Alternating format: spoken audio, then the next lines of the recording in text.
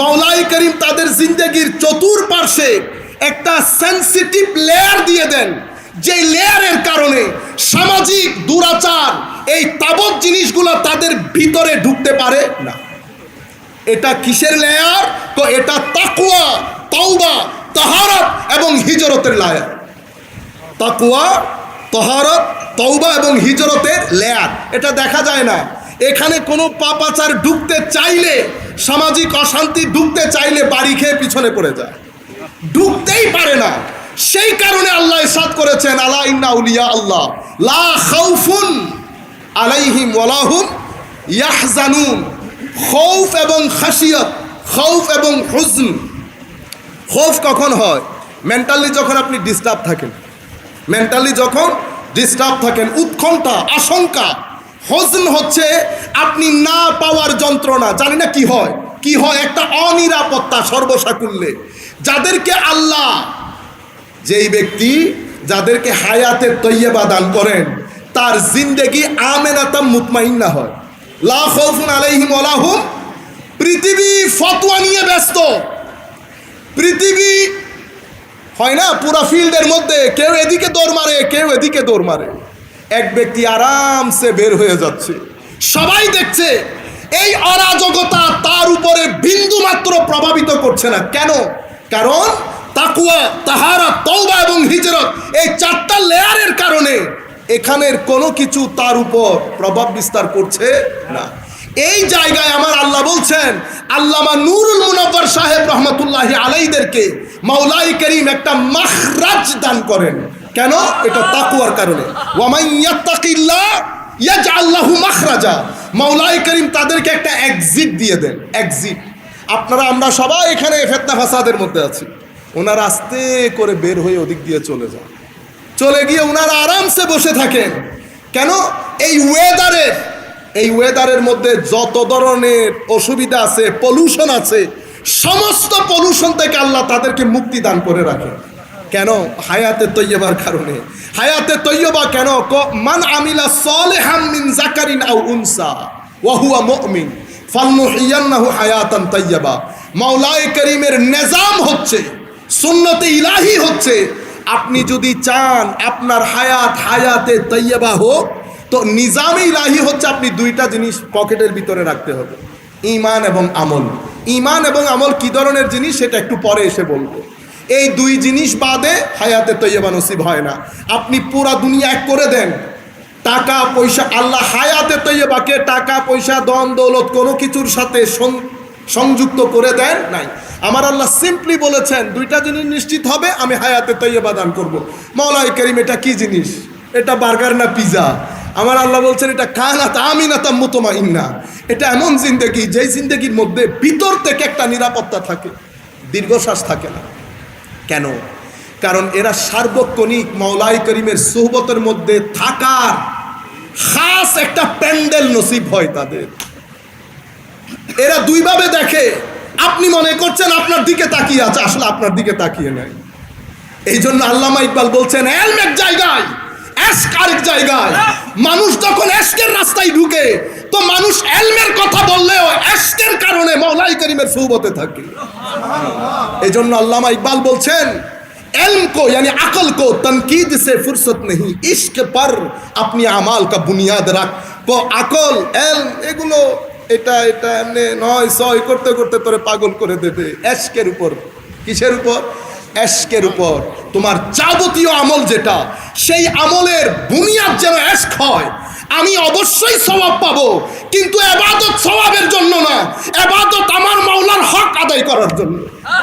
যখন আমি এই আন্দাজে সিজদা করব, যখন সিজদার মধ্যে মাওলাই করিমের বারবার কুরবতের দরজা নক করব, আপনার দৃষ্টিতে থাকে জান্নাত, নুরুল মুনাওয়ার মুস্তাফা সাহেবদের দৃষ্টিতে থাকে কুরবত। আমি সারাদিন নক করি, দিনের নক আর রাতের নক কি এক? দিনে যখন ঘরের দরজা নক করেন, আমি কাজের লোককে পাঠাই, দেখো তো কে। তো দিনের দরজা ফেরেশতারা খুলে, রাতের দরজা খুদ আল্লাহ নিজে খুলেন।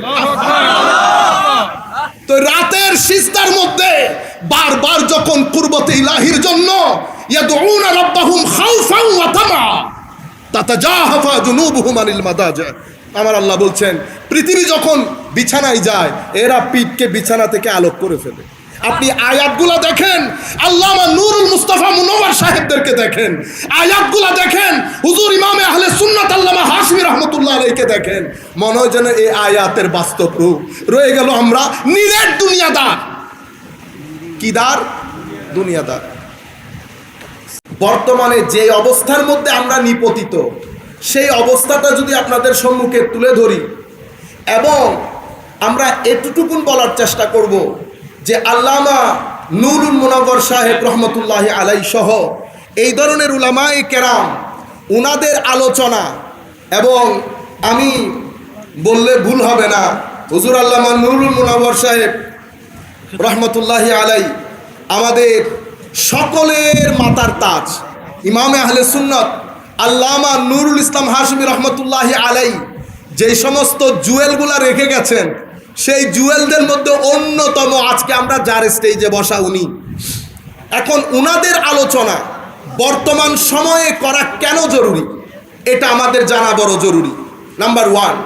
নাম্বার 2 হচ্ছে, আমরা যদি আমাদের সমস্যাই না বুঝি, আমরা আসলাম, এসে বসলাম, বসার পর এখান থেকে চলে গেলাম, আমাদের কিছু না কিছু সমস্যা যদি এখানে সমাধান না হয়, কিছু রুহানি গেজা আমরা যদি এখান থেকে আমাদের নসিব না হয়, একজন আরেকজনের সুহবতে বসেছি, আমাদের সুহবত যদি আপনাদের কাজে না আসে, আপনাদের সুহবত যদি আমাদের কাজে না আসে, তাহলে আমাদের আসা বসা যাওয়া এগুলো একটা ট্রেডিশনালিটি, এগুলো একটা আনুষ্ঠানিকতা মাত্র। কিন্তু মনে রাখবেন, উর্সের মাহফিল এটা অনেক বড় রুহানি মাহফিল।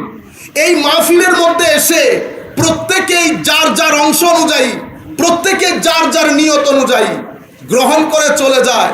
কেউ শুধু আসা যাওয়ার মধ্যে সীমাবদ্ধ থাকে, কেউ যার যার ফিউজাত নিয়ে যায়। একজন আলেমকে জিজ্ঞেস করা হয়েছে, আলেমে রব্বানি, হুজুর আমার আশেপাশে অনেক মানুষ আছে, আমি কি করে বুঝবো এই মানুষটা আল্লাহর কোন ওলির বিশেষ ফয়েজ প্রাপ্ত, এর ভিতরে মাওলায়ে কারীমের রেজামন্দির নূর আছে, আমি এটা কি করে বুঝবো? আমার আশপাশে তো অসংখ্য মানুষ, আমি এটা খুঁজে বের করব কি করে? আল্লাহর ওলিদের জবাব দেখেন, তো যেই মানুষের চেহারা এবং যেই মানুষের মজলিস, যেই মানুষের সংস্পর্শে বসার সাথে সাথে তোমার ভিতরের জগতের মধ্যে একটা ক্লিক করবে। কি করবে? ক্লিক করবে। কেমন কেমন লাগে, উঠতে ইচ্ছে করে না, দেখতে ইচ্ছে করে, বসে থাকতে ইচ্ছে করে। সুবতের মধ্যে খাস একটা গেজা আছে। মনে রাখবেন, বক্তব্য, ওয়াজ, এলম এগুলা 2 ধরনের হয়। কয় ধরনের বলেন? 2 ধরনের। একটা শুধুমাত্র আমি একটা জিনিস জেনেছি, আপনাকে জানিয়ে দিয়েছি, এটাকে এলম বলে, এটাকে এলম বলে। এটার মাধ্যমে কোনো ব্যক্তির ব্যক্তি চরিত্র কখনো পরিবর্তন হয় না, কোনো সমাজের সামাজিক অবস্থান কখনো পরিবর্তন হয় না। আমি জেনেছি, আপনাকে জানিয়ে দিয়েছি। সামাজিক অবস্থা পরিবর্তন হয় কখন? যখন আপনার জ্ঞানের মাধ্যমে আরেকজনের চরিত্র পরিবর্তন হয়, যখন আপনার জ্ঞানের মাধ্যমে আরেকজনের রিজকের মধ্যে বরকত আসে, যখন আপনার সংস্পর্শে বসে আপনার কথাবার্তাগুলো শুনে আরেকজনের ব্যক্তি জীবনের মধ্যে হিজরত নসিব হয়। কি নসিব হয়? হিজরত। হিজরত মানি, ওমা আমি কি করলাম, ওমা আমি কি করলাম, আমার জিন্দেগি তো বোধহয় বৃথা যাচ্ছে, আল্লাহ তো বোধহয় নারাজ হয়ে যাচ্ছেন, আমি তো বোধহয় অপোজিট ডাইরেকশনে আছি। আমার জীবনে মাওলায়ে কারীমের যত রেজামন্দির বহির্ভূত যত কাজ করেছি, সেই কাজের যখন ফিলিংস আমার ভিতরে তৈরি হবে, একটা খাস সচেতনতা, অ্যাওয়ারনেস, যেটা আমার জিন্দেগির মধ্যে আমাকে পুশ করবে, হিজরত করো। হিজরত করো মানি দেশ ত্যাগ করো। কোন দেশ থেকে কোন দেশ ত্যাগ করবো? যা আল্লাহ পছন্দ করেন না, অপছন্দ করেন। আমার নবী যা করতে বলতে নিষেধ করেছেন, আমার নবী যেই কাজগুলো অপছন্দ করেন, সেই অপছন্দের কাজগুলো থেকে পছন্দের কাজে হিজরত করা। অর্থাৎ এই হিজরত করাকে আমরা তওবা বলি। কি বলি? তওবা। তওবা মানে কি? তওবা মানে হচ্ছে আমি যাচ্ছি অপোজিট ডাইরেকশনে, যেতে আছে নফস আছে, শয়তান আছে, আমি চলছি, এক আরাম মস্তির মধ্যে আছি। হঠাৎ করে আমার ভিতরে হঠাৎ করে একটা অ্যাওয়ারনেস, খাস একটা নূর, এটা যে কোনো কারণে হতে পারে। হয়তো আমার পাশ দিয়ে কোনো আল্লাহওয়ালা হেঁটে গেছে, হয়তো আমার সাথে কখনো কারো সঙ্গ ছিল যে ব্যক্তির উপর আল্লাহ রাজি, হয়তো আমি টেলিফোনে এমন ব্যক্তির সাথে কথা বলেছি যাকে আমার মাওলা হাজার লাখো পর্দা সরিয়ে সরিয়ে উকি দিয়ে দিয়ে দেখেন। জমিনের মধ্যে এমন বান্দাও ছিল, আছে, শুধু কলিলুম মিনাল আখিরিন, কমে গেছে, অনেক কম, কিন্তু নাই তা না, নাই তা না, আছেন। হাজার পর্দা ছেড়ে আমার মাওলা তাদের দিকে উকি দিয়ে দিয়ে তাকান এবং ফেরেশতাকুলকে বলেন, অমুক বান্দাকে আমি ভালোবাসি। মাওলাই করিম যখন কাউকে ভালোবাসেন তো দুইটা জিনিস ওই ব্যক্তির জন্য করা জরুরি হয়ে যায়। ওই দুই জিনিস বাদে মাওলা কারো প্রতি কারো প্রেমে পড়েন না। মনে রাখবেন, আপনার বক্তব্য সুন্দর, আপনার পোস্ট অনেক বড়, আপনার টাকা পয়সা বেশি, আপনার গাড়ি বাড়ি বেশি, সামাজিক অবস্থান সুদৃঢ়, এগুলার সাথে আমার আল্লাহর মহব্বতের দুই পয়সার কোনো সম্পর্ক নাই। এগুলা দুনিয়াদারি, এগুলা দুনিয়াদারি। আমার কণ্ঠ অনেক সুন্দর, আমার গুছিয়ে কথা বলতে পারি, এটা আলাদা একটা জিনিস। আর জীবন পরিবর্তনকারী চাহনি, এটা আলাদা আরেকটা জিনিস। একটার মধ্যে শুধু এলম আছে, আরেকটার মধ্যে এলম আছে, তারবিয়ত আছে।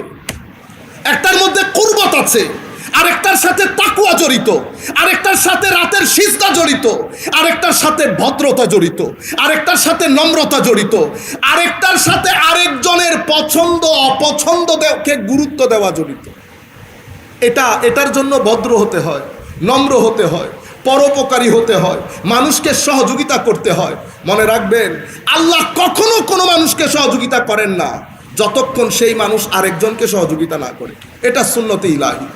আপনি যদি চান আপনি আল্লাহর মাধ্যমে আল্লাহ আপনাকে সহযোগিতা করুক, আমার নবী সুন্নতে ইলাহি শিখিয়ে গেছেন। ওয়াল্লাহি ফি আউনিল আবদ মা কানাল আবদু ফি আউনি আখিহি কামা ক্বালা নবী সাল্লাল্লাহু আলাইহি ওয়াসাল্লাম। আমার নবী বলছেন, আল্লাহ সেই ব্যক্তির সহযোগিতায় থাকেন যেই ব্যক্তি মানুষকে সহযোগিতা করে। ধরেন আপনি চাচ্ছেন আপনার সমস্যা সমাধান হোক, তো কিভাবে হবে? আমার আল্লাহর একটা সুন্নত আছে না, ভেরি সিম্পল সুন্নত। আমার নবী শুধু প্রবলেম দেখিয়ে যান নাই, আমার নবী সমাধানও করে গেছে। আমাদের সমস্যা হচ্ছে আমরা শুধু প্রবলেম উল্লেখ করি, আমরা কখনো সমাধানে আসি না। আমার নবী তো সমাধানও করে গেছেন। আমার নবী বলছেন, তুমি যদি চাও তোমার সমস্যা আল্লাহ সমাধান করুক, তো তুমি আরেকজন ভাইয়ের সমস্যার সমাধান করে দাও। আমার ভাইরা, সম্মানিত মুরব্বী, আমার বিশেষ করে ইউথরা, সুন্নতে ইলাহি বলে একটা কথা আছে। সুন্নতে ইলাহি মানে আল্লাহর কানুন, এটা হচ্ছে ডিভাইন ল। সূর্য পূর্ব দিকে উঠে, এটা একটা কানুন। পশ্চিম দিকে অস্ত যায়, এটা একটা কানুন। বৃষ্টির আগে মেঘ হবে, এটা একটা কানুন। মাওলাই করিম বলছেন কোরআনে পাকের মধ্যে, ওয়ালা তাজিদা লিসুন্নাতিল্লাহি তাবদীলা, অন্য আয়াতে তাহবিলা। সুন্নতে ইলাহির, আল্লাহর নিজাম, আল্লাহর কানুনের পরিবর্তন পরিশোধন কোনোটাই হয় না। আমার আল্লাহ এভাবেই পৃথিবী পরিচালনা করেন। এখন নিজাম কি? নিজাম হচ্ছে আপনি যদি জুলুম করেন, যে কোনো উপায়ে জুলুম করেন, মুখে হাতে যে কোনো উপায়ে, আমার আল্লাহ হাদিসে পাকের মধ্যে আমার নবী বলছেন, আমার আল্লাহ আপনাকে ছাড় দেবেন না। আপনার পৃথিবী সংকুচিত হয়ে যাবে, আপনি অপমানিত হবেন, অপদস্থ হবেন, লাঞ্ছিত হবেন, বঞ্চিত হবেন। এটা সুন্নতে ইলাহি, এন্ড অফ দ্য স্টোরি। আপনি ফেরাউন হবেন, জমিনে মূসা থাকবে, জমিনে কম থাকবে, কিন্তু মূসা থাকবেই ফেরাউনের জন্য। মূসা হয়তো সামান্য সময়ের জন্য মূসাকে আপনি পরাজিত হতে দেখবেন। মনে রাখবেন, মূসারা কখনো পরাজিত হয় না। এটা সুন্নতে ইলাহি। মুসবি আওয়াজ যেটা সেটা 100 বছর পরে হলেও ফেরত আসবে। আবার মনে রাখবেন, জমিনের মধ্যে ইয়াজিদ থাকবে। ইয়াজিদদেরকে আপনি চিনতে পারবেন কিভাবে? অহংকার দিয়ে, কিভাবে জুলম দিয়ে। কিন্তু যত জায়গায় ইয়াজিদ পাবেন তত জায়গায় হুসাইনও থাকবে আলাইহিস সালাম রাদিয়াল্লাহু। আপাত দৃষ্টিতে আপনার মনে হইতে পারে হুসাইন রা বা হুসাইনি যে আওয়াজ, আপাত দৃষ্টিতে আপনার মনে হইতে পারে এটা তো বোধহয় দবে গেছে। মনে রাখেন, হুসাইনি আওয়াজ কখনো দবে যায় না। সময় নেই, 1 বছর 100 বছর পরে হলেও হুসাইনি আওয়াজ আবার জমিনের মধ্যে ফেরত আসে। পৃথিবীতে বদর হওয়া ছাড়া, ওহুদ হওয়া ছাড়া, খন্দক হওয়া ছাড়া, কিয়ামতের মুখোমুখি হওয়া ছাড়া কোন জালেমকে আল্লাহ রক্ষা করে নাই সোসাইটির মধ্যে। আপনাকে বদরের জমিনে আল্লাহ রাব্বুল আলামিন, আপনি কিয়ামতের কথা বলছেন, আল্লাহ কিয়ামত বরপা করে দেখিয়েছেন বদরের জমিনে। কত ধানে কত চাউল হয় সেই দিন কুফারে কুরাইশ দেখেছে কিয়ামত কাকে বলে। ওহুদের ময়দানেও দেখেছে। মনে রাখেন, এগুলো হচ্ছে নিজামে খুদাবন্দি। আপনি আরেকজনের কণ্ঠ রোধ করতে চাইবেন, আপনি মনে করবেন আপনি পার পেয়ে যাবেন।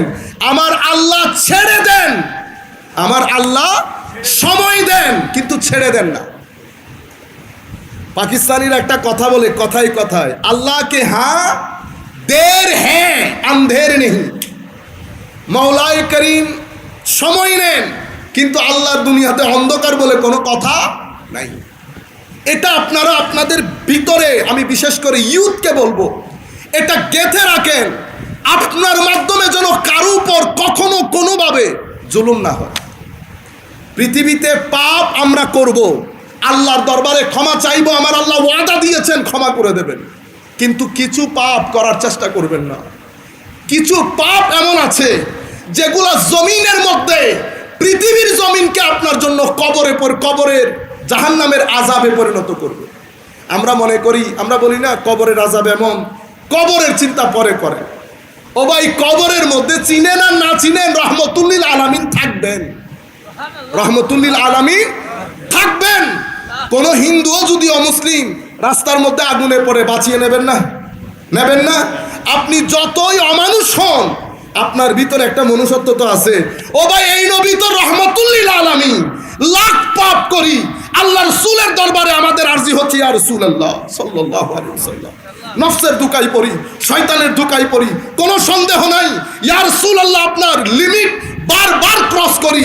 কিন্তু একটা কথা আমরা নিঃসংক চিত্তে বলি, ইয়া রাসূলুল্লাহ যদি কখনো আপনার প্রয়োজন হয়, আমাদের জান মাল ঈমান ইজ্জত, স্ত্রী কন্যা সন্তান সব আপনার কদমে দিয়ে দেব, 2 মিনিট আমরা চিন্তা করব না। এটা আমি বলি নাই। মাইকেল এই ছাড় এক ভদ্রলোক আছেন, আপনারা জানেন, একটা বই লিখছে না, দি 100, সেখানে আমার 100 জন মহামনীষীর নাম উনি উল্লেখ করেছেন, ইতিহাস লিখেছেন, আমার নবীকে প্রথম স্থান দিয়েছেন। তখন ওনাকে জিজ্ঞেস করা হয়েছিল, আপনি এই কাজ কেন করলেন? আপনি খ্রিস্টান হয়ে মোহাম্মদ রাসূলুল্লাহ সাল্লাল্লাহু আলাইহি ওয়াসাল্লামকে কেন আগে স্থান দিলেন? উনি একটা দারুণ কথা বলেছেন। উনি বলেছেন, আমার দৃষ্টিতে তিনি একমাত্র ব্যক্তি যার জন্য 1.2 বিলিয়ন মুসলমান এক কথায় দাঁড়িয়ে যাবে জীবন দিয়ে দেওয়ার জন্য। তো আপনি দেখান পৃথিবীতে উনি বাদে আরেকজন যার এক কথায় 1.2 বিলিয়ন মানুষ দাঁড়িয়ে যাবে। তো আমি দেখেছি শুধু মুসলমান যার এক ইশারায় পুরা জিন্দেগি নামাজ না পড়ুক, নামাজ এটা একটা mental sentimental attachment, emotional attachment. আমার গবেষণা মতে মাইকেল এইচ হার্টের ওই কথার কারণে ইউরোপিয়ানরা উঠে পড়ে লেগেছে নতুন প্রজন্মের অন্তর থেকে আমার নবীর ইশক মহব্বত কেড়ে নেওয়ার জন্য। বুঝতে পেরেছেন আপনারা? আমি সেই কারণে বলবো, আপনারা, আমরা তো কবরের মধ্যে তো আমার নবী থাকবেন, আমরা আশা করতে পারি। এটা বলছি না যে আমি যা মন চাই তা করব, কবরে আমার নবী বাঁচিয়ে রাখবেন, এটা আমার নবীরও সুন্নত না। কেউ যদি আপনাদেরকে বলে থাকে, রং মেসেজ দিয়েছে। আমার নবীরও একটা সুন্নত, আল্লাহর সুন্নত হচ্ছে ওয়ামাই ইয়ামাল সুআন ইউজজা বিহি। আপনি যদি গলত কাজ করেন, গলত কাজের একটা প্রতিদান আছে।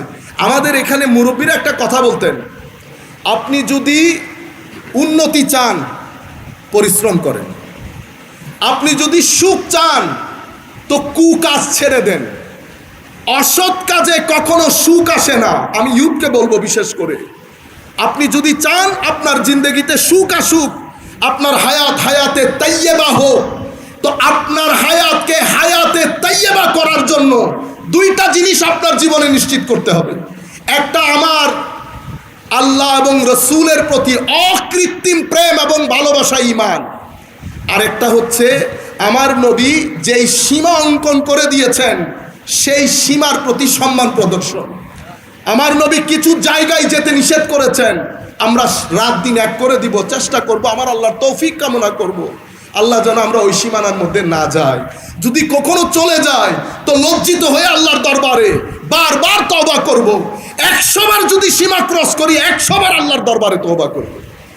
আমার আল্লাহর দয়া, মাওলাই করিম কখন আমাদের উপর দয়া করেন। আমার নবী বলেছেন, উম্মত 70 বারও যদি তোমার ওয়াদা ভঙ্গ হয়ে গুনাহ হয়ে যায় 70 বার আল্লাহর দরবারে তওবা করো।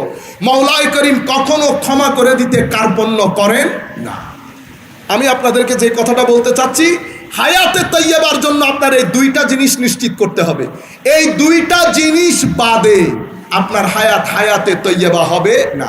যেটা আমার মুরব্বিয়ানে কেরাম বলতো, পরিশ্রমে সম্পদ আর সুকাজে সুখ।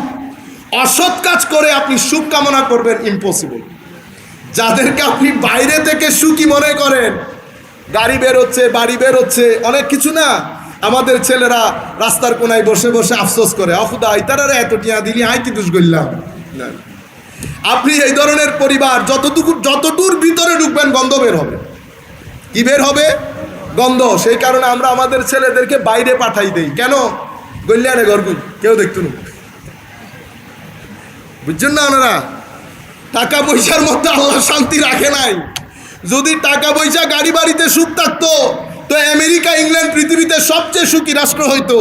ওরা সবচেয়ে সুখী রাষ্ট্র না, পৃথিবীতে দুনিয়ার আকাম কুকাম সবচেয়ে ওখানে বেশি হয়, অথচ তাদের ওখানে এগুলো হওয়ার কথা ছিল না। কেন? কারণ আমার নবীর দেওয়া বিধানের প্রতি বৃদ্ধাঙ্গুলি প্রদর্শন করে আল্লাহর জমিনে আপনি শান্তিতে থাকবেন, এই মহাল আছে। এটা অসম্ভব, এটা অসম্ভব। সম্মানিত উপস্থিতি, যেখান থেকে আমি আপনাদেরকে নিয়ে আসতেছিলাম, ইউথদেরকে বলবো 2টা কাজ আপনি নিশ্চিত করবেন, মাওলাই করিম আপনাকে হায়াতে তৈয়বা দান করবে। হায়াতে তৈয়বা কি জিনিস? হায়াতে তৈয়বা এমন হায়াতের নাম যেটা আমাদেরকে আল্লামা নুরুল মুনওয়ার মুস্তাফা সাহেব শিখিয়েছেন। এই ইনাদের হায়াত দেখলে আপনি বুঝতে পারবেন হায়াতে তৈয়বা কাকে বলে। কেমন হায়াত?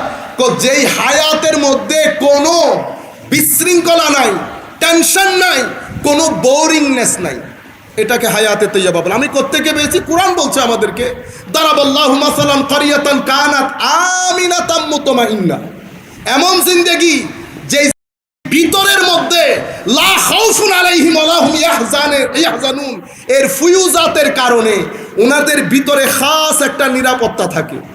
মাওলাই করিম তাদের জিন্দেগির চতুর্পার্শ্বে একটা সেন্সিটিভ লেয়ার দিয়ে দেন, যে লেয়ারের কারণে সামাজিক দুরাচার, এই তাবৎ জিনিসগুলো তাদের ভিতরে ঢুকতে পারে না।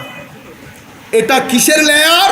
তো এটা তাকওয়া, তওবা, তাহারত এবং হিজরতের লেয়ার। তাকওয়া, তাহারত, তওবা এবং হিজরতের লেয়ার। এটা দেখা যায় না। এখানে কোনো পাপাচার ঢুকতে চাইলে, সামাজিক অশান্তি ঢুকতে চাইলে বাড়ি খেয়ে পিছনে পড়ে যায়, ঢুকতেই পারে না।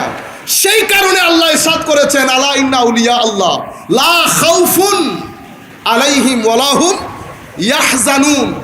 খৌফ এবং খাশিয়ত, খৌফ এবং হুজন। খৌফ কখন হয়? মেন্টালি যখন আপনি ডিস্টার্ব থাকেন, উৎকণ্ঠা, আশঙ্কা। হুজন হচ্ছে আপনি না পাওয়ার যন্ত্রণা। জানি না কি হয়, একটা অনিরাপত্তা সর্বসাকুল্যে। যাদেরকে আল্লাহ, যেই ব্যক্তি যাদেরকে হায়াতে তৈয়বা দান করেন, তার জিন্দেগি আমেনাতাম মুতমাইন্না হয়। লা খাউফুন আলাইহিম ওয়া লা হুম। পৃথিবী ফতোয়া নিয়ে ব্যস্ত, পৃথিবী হয় না পুরা ফিল্ডের মধ্যে, কেউ এদিকে দৌড় মারে, কেউ এদিকে দৌড় মারে। এক ব্যক্তি আরামসে বের হয়ে যাচ্ছে, সবাই দেখছে। এই অরাজকতা তার উপরে বিন্দু মাত্র প্রভাবিত করছে না। কেন?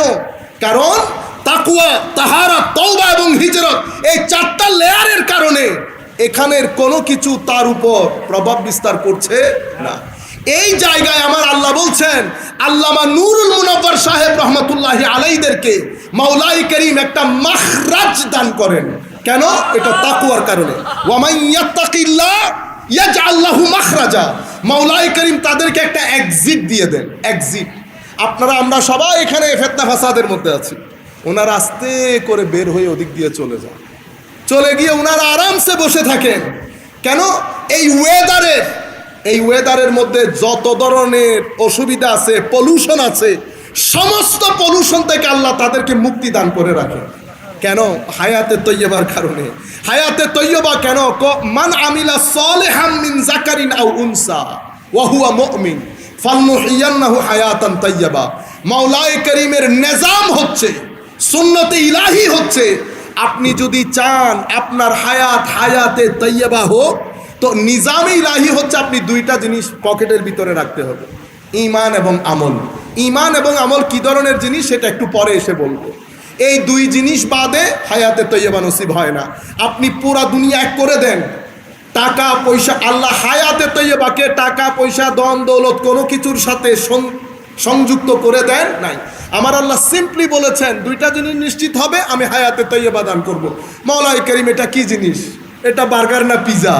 আমার আল্লাহ বলছেন এটা কানাত আমিনাতাম মুতমাইন্না। এটা এমন জিন্দেগি যেই জিন্দেগির মধ্যে ভিতর থেকে একটা নিরাপত্তা থাকে, দীর্ঘশ্বাস থাকে না। কেন? কারণ এরা সার্বক্ষণিক মাওলায়ে কারীমের সুহবতের মধ্যে থাকার খাস একটা প্যান্ডেল নসিব হয় তাদের। এরা দুইভাবে দেখে। আপনি মনে করছেন আপনার দিকে তাকিয়ে আছে, আসলে আপনার দিকে তাকিয়ে নাই। এই জন্য আল্লামা ইকবাল বলছেন এলম এক জায়গায়, এশক আরেক জায়গায়। মানুষ যখন এশকের রাস্তায় ঢুকে, তো মানুষ এলমের কথা বললেও এশকের কারণে মাওলায়ে কারীমের সুহবতে থাকে।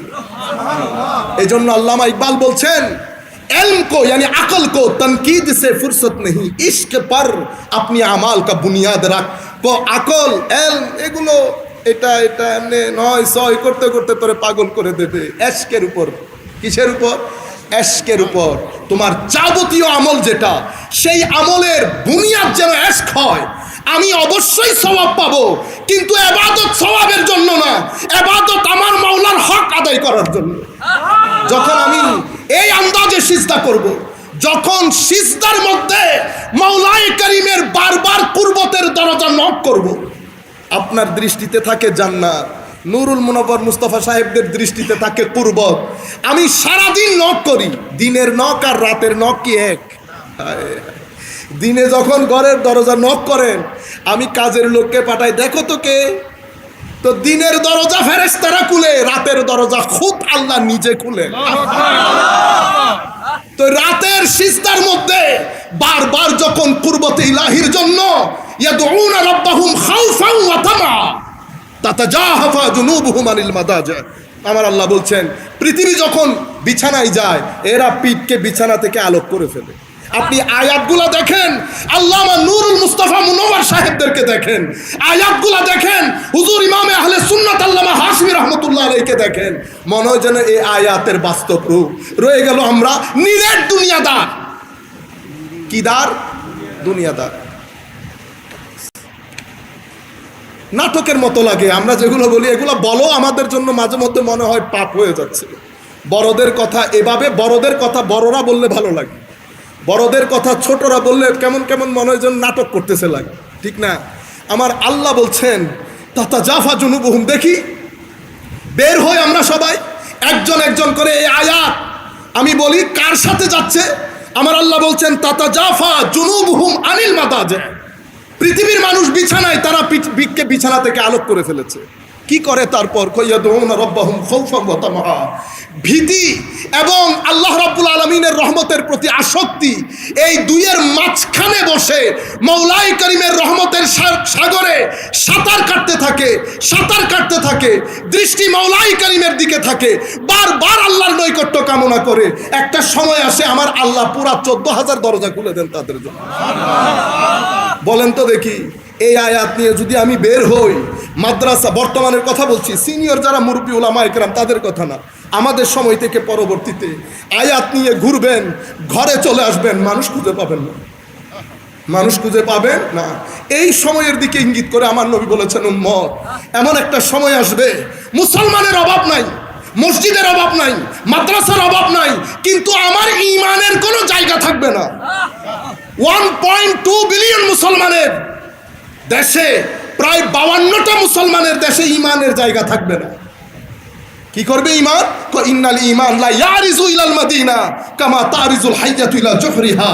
ঈমান সাপের মতো নিজেকে বাঁচানোর জন্য, সাপ যেমন গর্তে ঢুকে যায়, ঈমান মদিনার দিকে হিজরত করবে। আমি তখন বলি আল্লাহ আমরা যেন তখন জমিনে না থাকি। আপনারা বুঝতে পেরেছেন?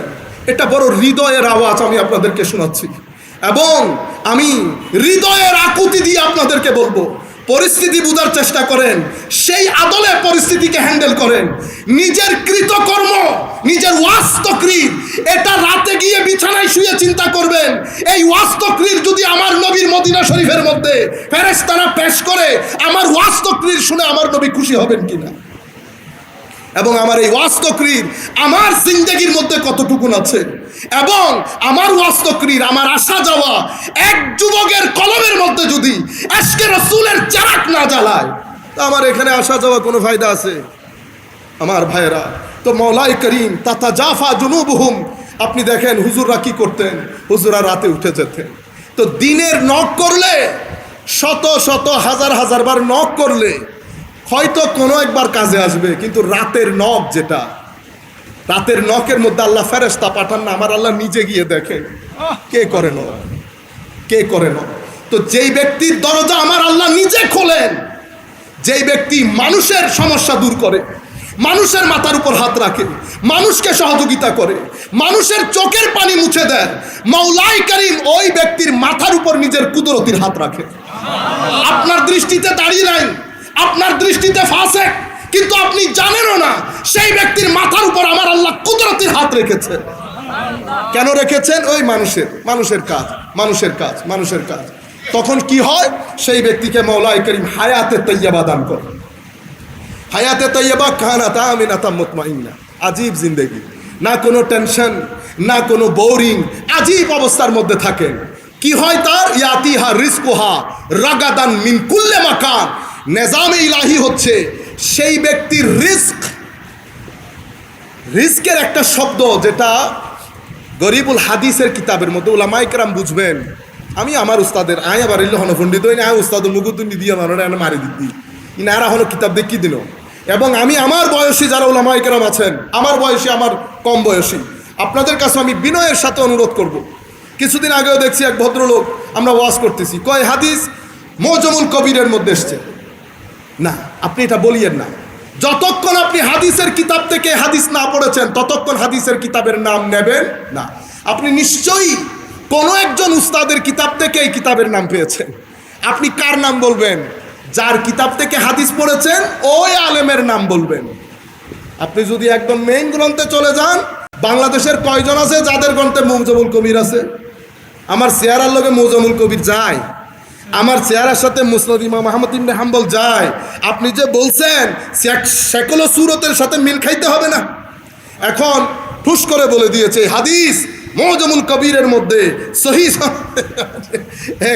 এক অবস্থা হয়ে গেছে। না, এটা আপনি ওখানে পান নাই, তো আপনার ঘরে ওই কিতাব নাই। আপনি বাংলা কোনো কিতাব, অথবা উর্দু কোনো কিতাব, অথবা আরবি কোনো কিতাব, যেই কিতাব থেকে পড়েছেন সেই বুজুর্গের নাম এখানে জিকির করেন। এটাই সততা। এটাকে প্লেজারিজম বলে না, অন্যথায় প্লেজারিজম বলে।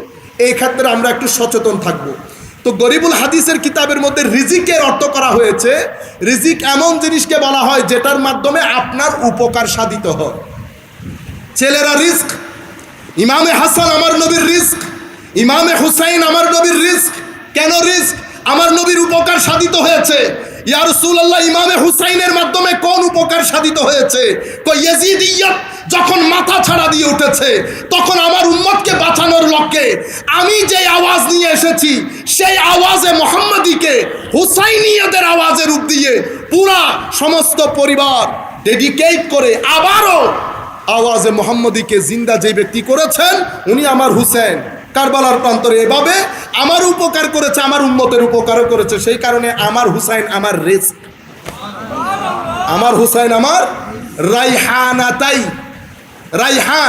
রাইহানের অনুবাদ করতে গিয়ে গরিবুল হাদিসের কিতাবের মধ্যে করা হয়েছে রাইহানের অনেক অর্থের একটা অর্থ হচ্ছে রিস্ক। সেই রিস্ক মানে উপকার সাধন করা। কিভাবে উপকার করেছে? ইয়া রাসূলুল্লাহ, হুসাইন এটা বুঝলাম, ইমামে হাসানের উপকার কোনটা? উম্মত, আমার উম্মতের দুইটা দল মুখোমুখি, সেই অবস্থার মধ্যে উম্মতের বিশাল হত্যাযজ্ঞকে অ্যাভয়েড করে ইমামে হাসান হযরত মুআবিয়া রাদিয়াল্লাহু তাআলা আনহুর হাতে ক্ষমতা অর্পণ করে উম্মতের বিশাল লাভ করে আমার উপকার সাধন করেছে।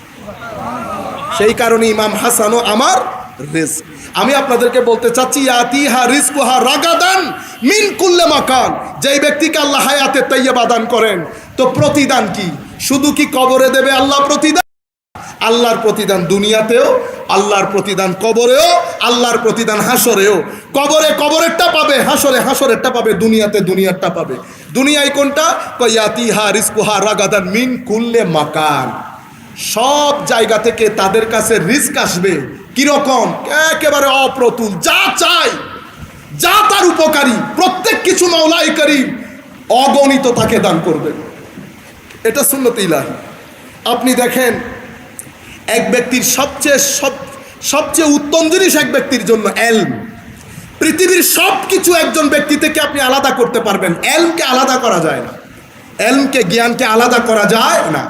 মাওলাই করিম এই ব্যক্তি যাদের মজলিসে আমরা বসা, হুজুর সৈয়দ মোহাম্মদ নুরুল মুনব্বর রহমতুল্লাহি আলাইহি, যার মজলিসে আমরা বসা, মাওলাই করিম এলম দান করেছেন, মাওলাই করিম সম্মান দান করেছেন। এই পুরা জমিনের মধ্যে যেই সব আল্লাহ প্রদত্ত, আল্লাহর পক্ষ থেকে দেওয়া বান্দাকে সবচেয়ে বড় নেয়ামত হচ্ছে নবুয়ত। মাওলাই করিম আল্লাহর খাস খাস বান্দাদেরকে আল্লাহ দান করেছেন। সেই নবুয়তকেও আল্লাহ বলেছেন এলম। কি বলেছেন? এলম। এবং ইয়ারফাইল্লাহুল্লাযীনা আমানু মিনকুম ইয়ারফাইল্লাহুল্লাযীনা আমানু মিনকুম ওয়াল্লাযীনা উতুল ইলম দারাজাত। এই কোরআনের এই আয়াতের ব্যাখ্যায় ইমাম হযরতে আব্দুল্লাহ ইবনে আব্বাস রাদিয়াল্লাহু তাআলা আনহু থেকে, আমি যদি ভুল না করি ইহয়া উলুমিদ্দিনের মধ্যে হযরতে আব্দুল্লাহ ইবনে আব্বাস রাদিয়াল্লাহু তাআলা আনহু থেকে এই বর্ণনা হযরত ইমাম গাযালি রাহমাতুল্লাহ আনেন।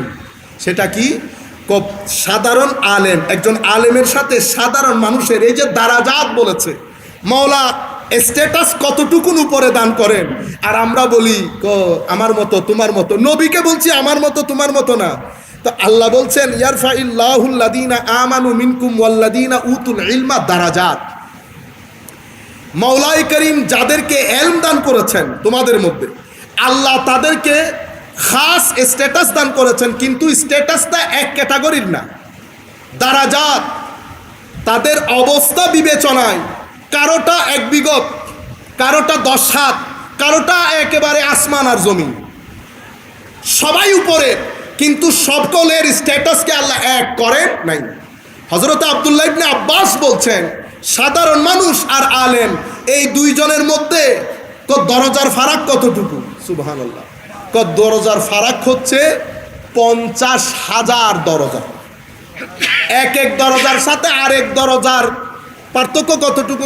500 বছরের রাস্তা। কয় বছরে? 500 বছরে। একজন আলেমে রব্বানি আর একজন আমার মতো সাধারণ মানুষ, আল্লাহ উঁচা কতটুকুন করেছেন চিন্তা করে দেখেন। এরপরে এই আলেমে রব্বানি যদি গৌস হয়, তাইলে এটার মকাম কোন জায়গার মধ্যে আল্লাহ রেখেছেন আল্লাহ পাক ভালো জানেন, আপনারা হিসাব করতে থাকেন। এবার ওই আলেমে রব্বানির উপরের জন যদি তাবেঈ হয়, এটার মকাম কোথায়? তাবেঈ হলে মকাম কোথায়? আর যদি সাহাবী হয়, তো কুল কায়নাতের সমস্ত দরজা একসাথে করলে একজন 1 সেকেন্ডের সাহাবীর দরজাও কোটি গুণ উপরে। কয় সেকেন্ডের?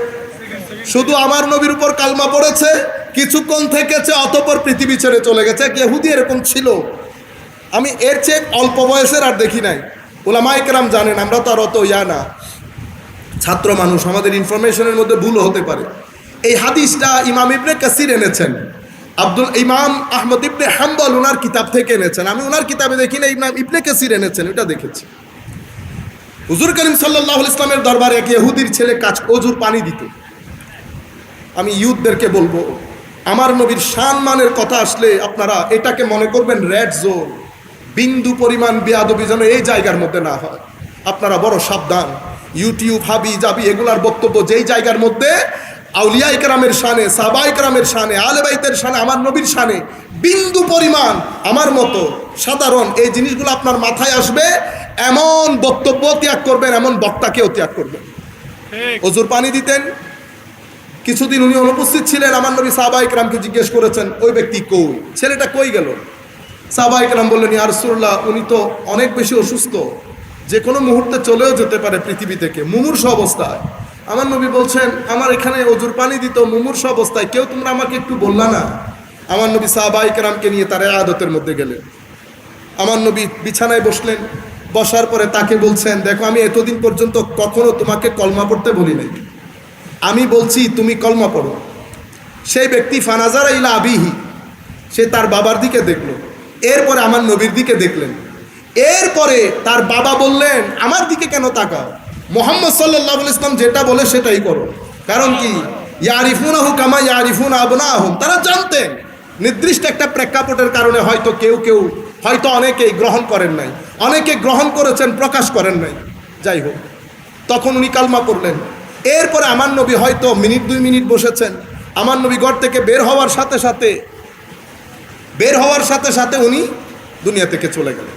আমার নবী তখন ঘর থেকে একটা স্টেপ বাইরে দিয়েছে, তখন বলেছেন আনকাযাহুল্লাহু বি মিনান নার, মাওলাই করিম আমার ওসিলায় তাকে জাহান্নামের আগুন থেকে রক্ষা করেছেন।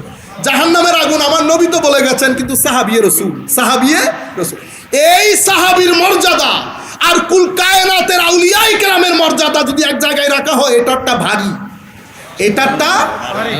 কেন? আমার নবীকে দেখার ফজিলত, তো নবীকে দেখার যদি এই ফজিলত হয়, নবীর ফজিলত কোনটা? আপনি বাকি হিসাব নিকাশ বাদ দিয়ে দেন, শুধুমাত্র একজন আলেমের সম্মান দরজা সাধারণ মুসলমানের 50,000 মাইল উপর। 2টা দরজার মাঝখানে 500 বছরের রাস্তা, একজন আলেমের রব্বানি আর সাধারণ আমার মতো মানুষ। তো এখন তাবেঈর মর্যাদা কি হবে?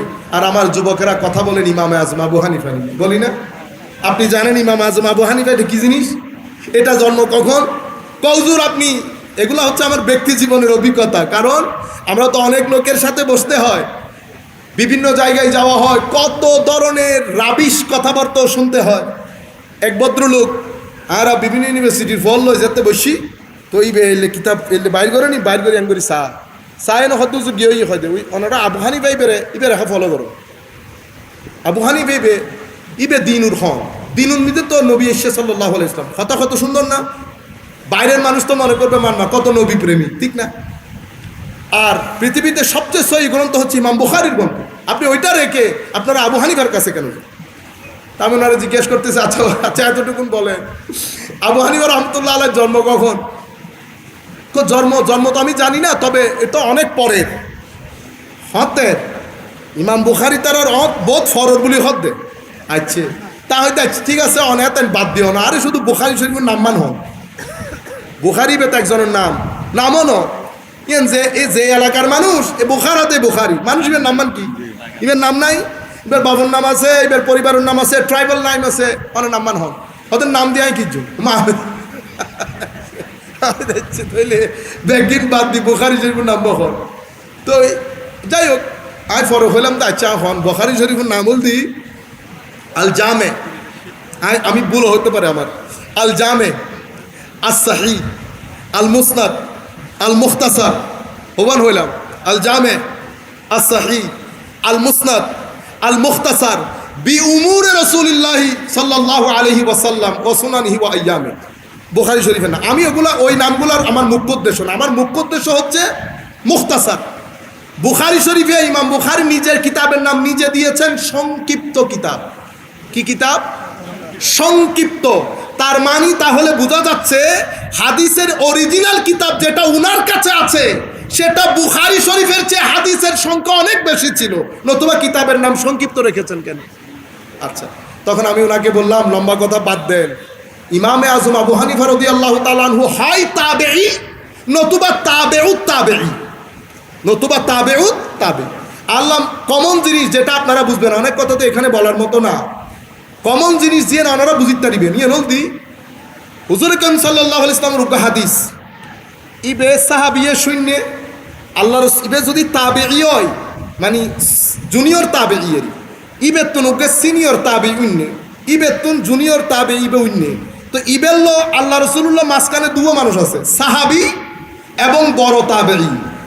এই জগৎ মধ্যে আল্লাহ রসুলের সার্টিফিকেট অনুযায়ী আছে সত্য যুগ আর ইতারার তারার যুগুত মিদ্যে ইবারের সত্য যুগ হইতো ইন এদিন যুগের হতা হইতে আজ হইতে 50 বছর আগে সেই যুগের মধ্যেও কেউ যদি জবান দিয়ে কাউকে বলে দিত জাগাগি ননর চাই এটা হনো সাইন দরকার হই না চাচা তারা হতে না না সাইন টাইন লাগ দুনু জবান দি ফেলাই দুনিয়া উল্টি গেল হতা কান দি ফেলাই জাগা এলেন তো 50 বছর আগের সততা যদি এরকম হয় তো আমার নবী যেই যুগকে সত্যের যুগ বলেছে সেই যুগের সততা কোন লেভেলের হবে সেই কারণে এটা এলমি কথা অনেকেই বুঝতে পারবেন ইমামে আজম আবু হানিফাকে হাদিসকে সেভাবে চেক করতে হয় নাই যেভাবে ইমাম বুখারীকে চেক করতে হয়েছে ইমাম বুখারী সেই কারণে ইমামে আজমকে বলতে হয় নাই এই হাদিস আমি অমুক থেকে শুনেছি অমুক আব্দুল্লাহ ইবনে মাসউদ থেকে শুনেছে আব্দুল্লাহ ইবনে মাসউদ নবী পাক থেকে শুনেছে এটা বলতে হয় নাই কেন সত্যের যুগ সমস্ত উলামায়ে কেরাম জানেন ইমামে আজম কার মজলিসে বসতেন আর আরে বেগুনে হইন্য হইতেন নুরুল মুনাওয়ার হাসাত্র ইবে কিছু একখান হইলে ইবের সিনিয়র 2-3 উস্তাদর বাইরে যাইতে পারিব না তো ইবে বেগুনে জানে দেই তারার তো ইবে হতা হইবে সমত হইতি তো কালা হতাইন আল্লাহ রাসূল আইলে হই কারণ ইমামে আজম যখন কালা রাসূলুল্লাহ বলছেন তো ইমামে আজমের মাঝখানে একজন সাহাবী আর একজন তাবেঈ আমার নবীর হাদিস অনুযায়ী দুইজনের সততা চেক করার কোনো দরকার নাই আমার নবী ওই 3 জেনারেশনকে সত্যের যুগ বলেছেন সুবহানাল্লাহ ইতাল্লাহ আর এটা হদুজুরিবে সনদ নাই সনদের দরকারও নেই সনদর দরকারও নাই ইবে তাবি তুলুন নিয়ে তাবি ইবে কিবে সুডহাড়ো তাবি ওয়া ইবের মজলিসুন মিদে সাহাবী শতে শতে তাবি বসে কুল কায়নাতের লোক এসে হাদিস শরীফ নিচ্ছেন কুল কায়নাত জানেন এই জন্য ইমামে আজম কালা রাসূলুল্লাহ বলেছেন পরবর্তী যুগে বিভিন্ন বর্ণনাকারী এটা আট দলে বর্ণনাকারী ঢুকি গেছি তো হাদিস ইবে উল্টো ফুল্লো ইদে আট দলে বর্ণনাকারী লাই এরকম অসংখ্য হাদিস যেটা ইমামে আজম পর্যন্ত সহি ছিল পরবর্তীতে দঈফ হতেও পারে আমার মতোর কারণে কিন্তু ইমামে আজমকে সেই দুঃখ পোহাইতে হয় নাই যেই দুঃখ ইমাম বুখারীকে পোহাইতে হয়েছে কারণ ইমামে আজম আবু হানিফা উনার যিনি ছাত্র এটা ইমাম বুখারীর দাদা ছাত্র ইমাম বুখারীর ইমামে আজম এবং ইমাম বুখারী এই মাঝখানে এখন নতুন একটা ফেরকা বের হয়েছে আরে মা আরা মাজমুইতে আত্মাকবারে বিতরতুন খানদানি এই দে আরান মানুষ তো কোনো মনে হয় দেখেনি তারা কোনো খবরও নেই ইতা আর আগ্য মসজিদ আছে দুনিয়া খরচ আর কোনো খবর নাই আর রে ইয়াটা হাত মিদে খাম্বোধ বাড়ি গি এই লোক মানুষ গত 8-10 দিন আগে আরে ফোন দি ফলেজার গই ইবে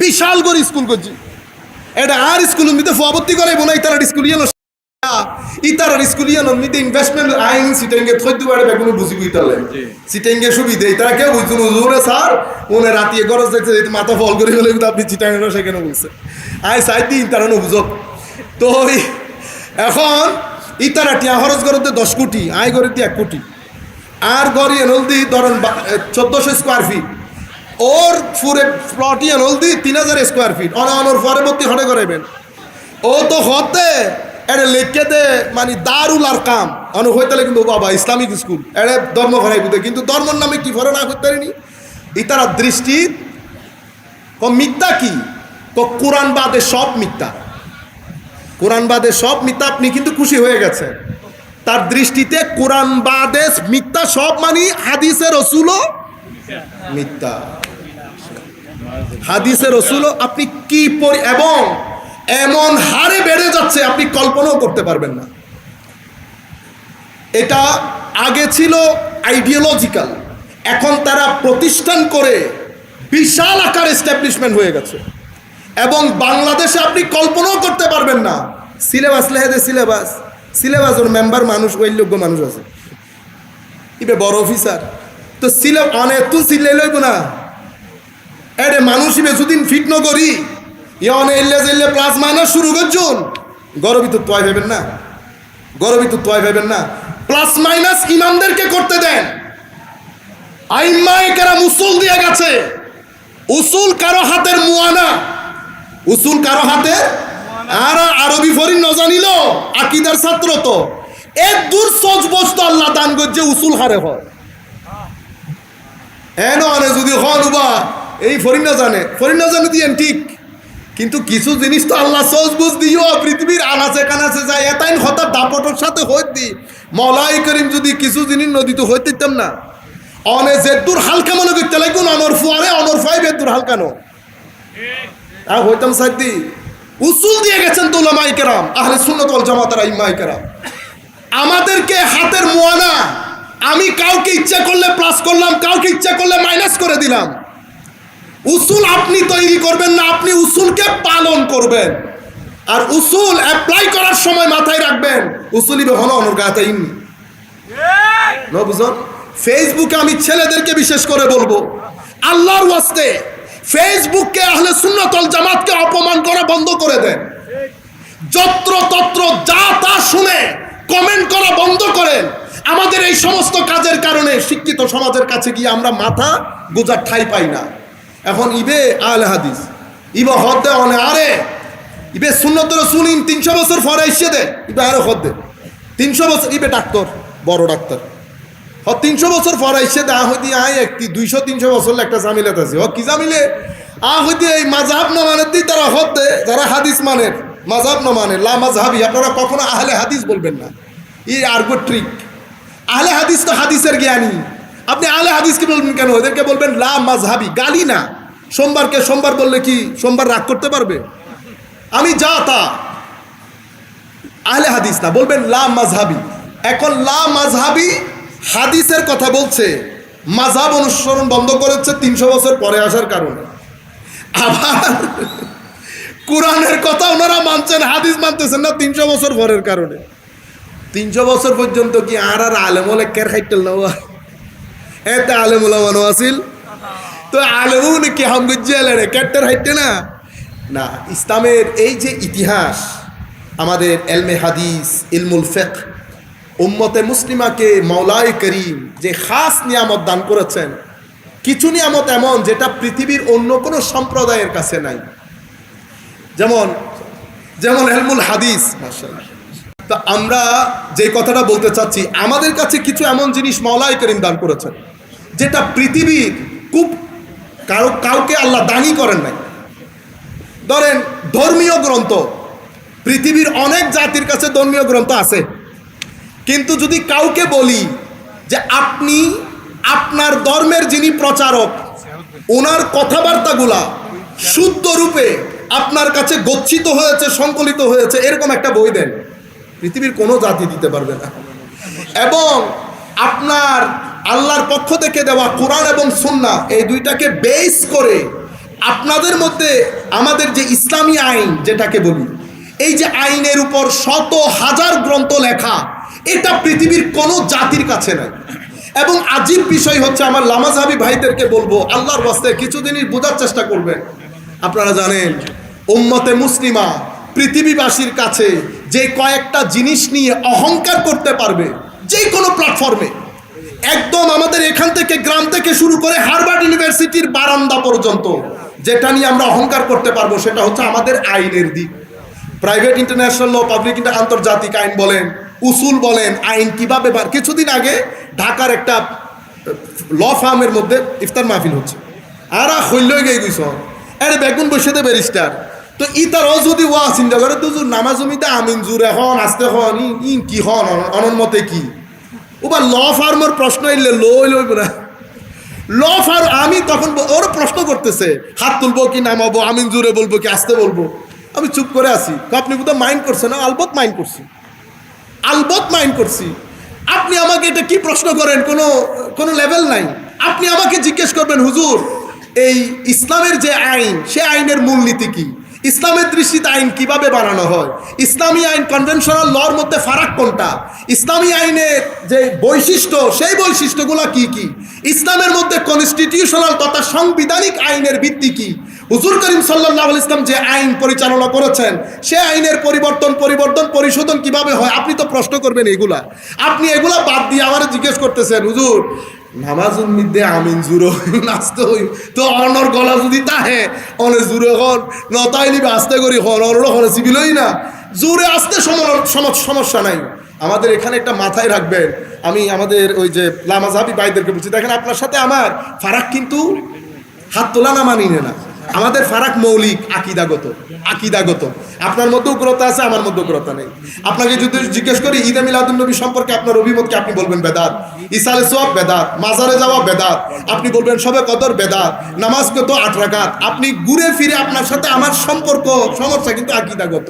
আমার সমস্যা আপনার সাথে এই হাত তোলা, নামা, আমিন, জোরে বলা এগুলা না।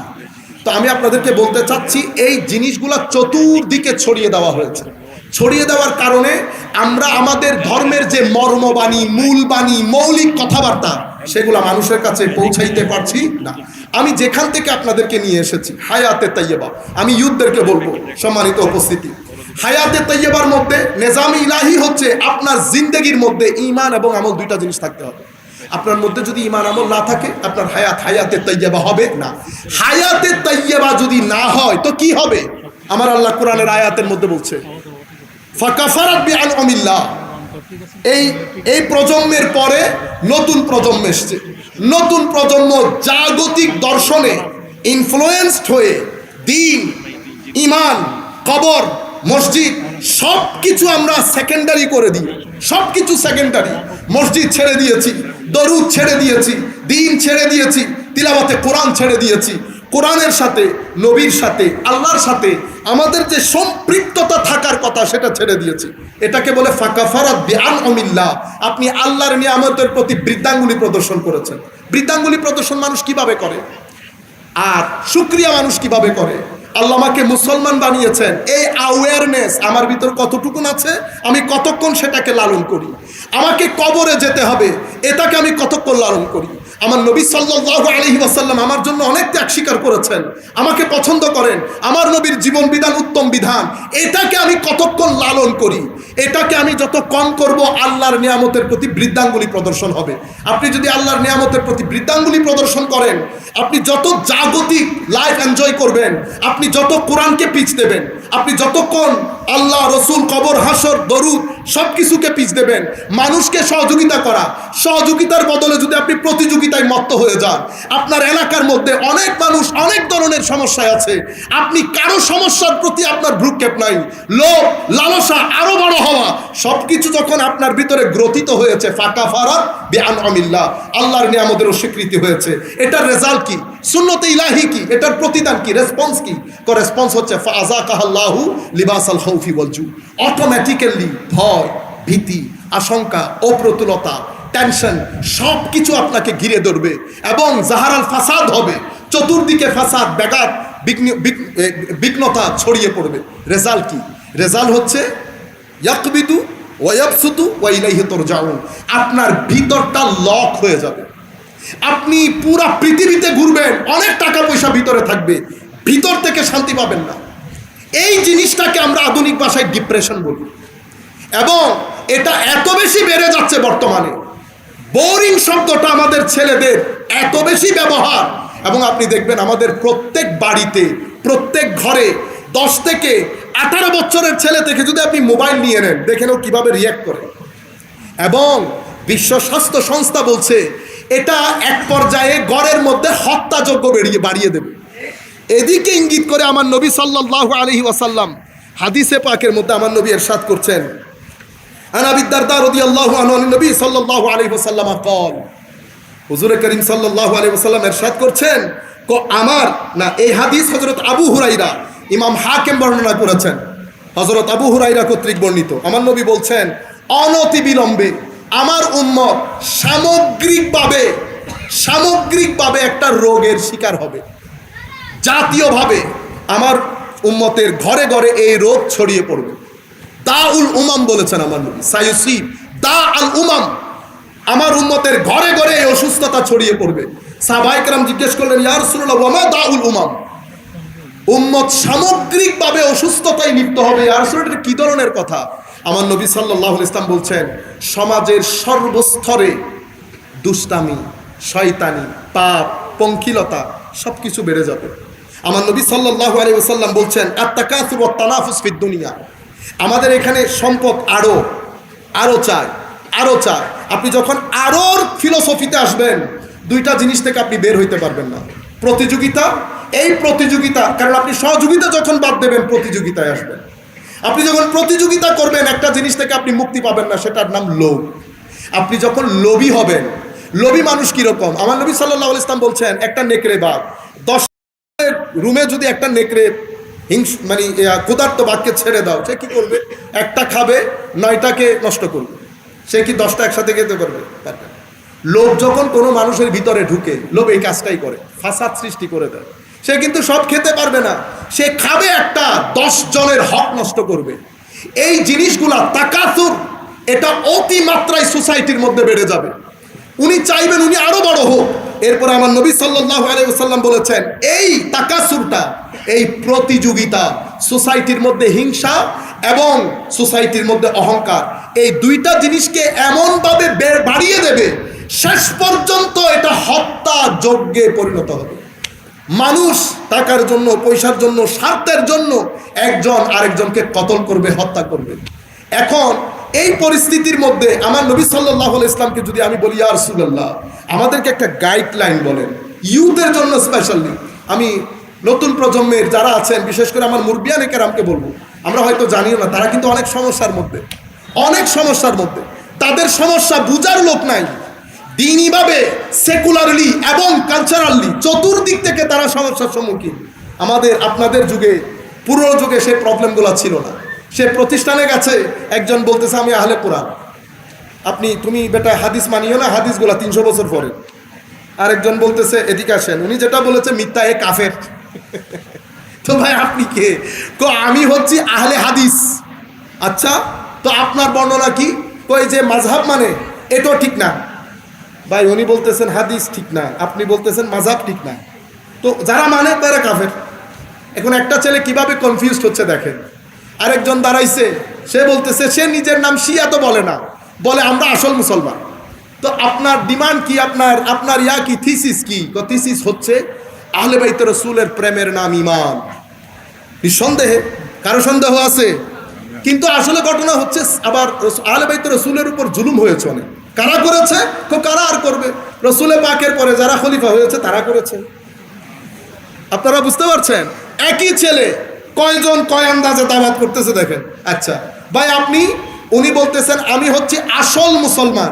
আপনার দাবি?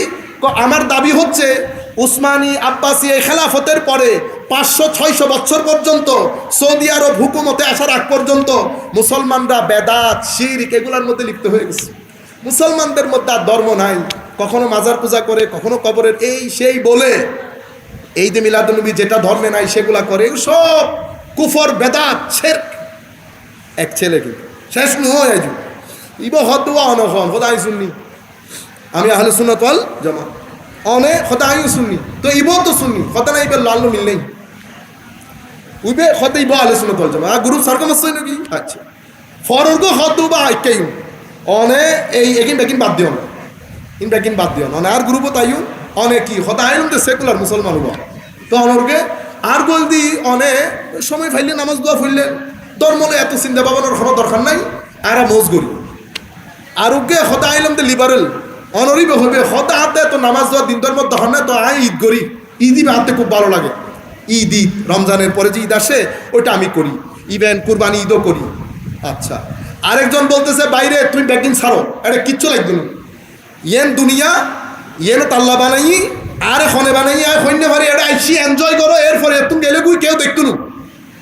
কোরআনে পাকের মধ্যে ওদের ফিলোসফি আল্লাহ বলেছেন ওয়ামা ইউহলিকুনা ইল্লাদ দাহর, আমরা দুনিয়াতে এসেছি, আমাদের হায়াত মত এটা সিস্টেম্যাটিক্যালি হয়ে যাবে, ন্যাচারালি হয়ে যাবে, এখানে কারো কোনো হাত নাই। আমি কালের বিবর্তনে এসেছি, কালের বিবর্তনে হারিয়ে যাব, সুতরাং enjoy as much as you can, যত দূর সম্ভব এনজয় করে নাও। কারণ কি? কারণ সুযোগ একবার। ইতারা ইউতলা আসে দেখার নিবিতার পরিভাষা, ইতারা এইভাবেই হয় হতাবার্তা আগে আর ফয়বে চিন্তা করতে ইতারা উগ্র উগ্র কাফের দূর বাধ্য হতে ব্যক্তি নিবে, ঠিক আছে। এখানে কোনো ক্যাপস লক নাই, যেখানে মন চাই যাওয়া যায়, যেটা মন চাই খাওয়া যায়, যেটা মন চাই দেখা যায়। আরেকটা হচ্ছে কালচারালি আমরা আর্ট অ্যান্ড কালচারের নাম দিয়ে এমন অশ্লীলতার সরাসরি বর্তমান বাজারে আমাদের যুবকরা জানে কোন পরিস্থিতিতে আমরা আছি। এই পুরা সমস্যার মাঝখানে তারা এহেন সমস্যা থেকে আমরা যদি এই জাতিকে তরবিয়ত দিতে চাই, তো তরবিয়ত কোথায় হয়? তরবিয়ত কলেজ বিশ্ববিদ্যালয়ে হয় না, তরবিয়ত অনেকাংশে মাদ্রাসায় হয় না।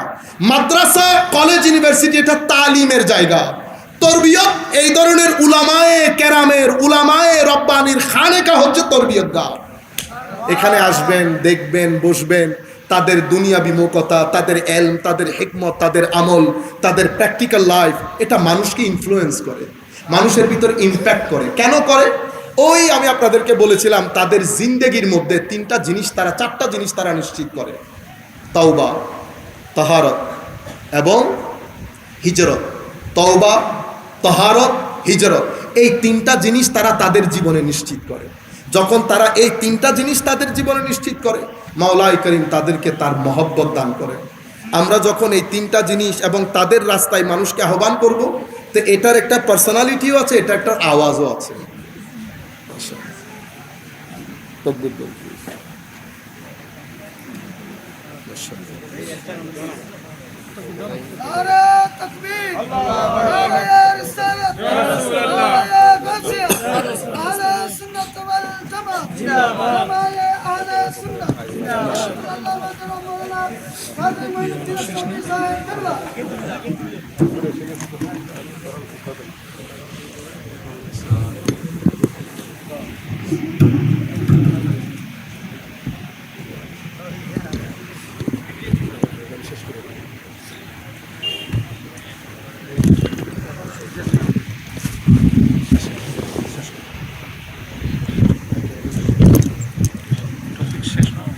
শুরুই নগরী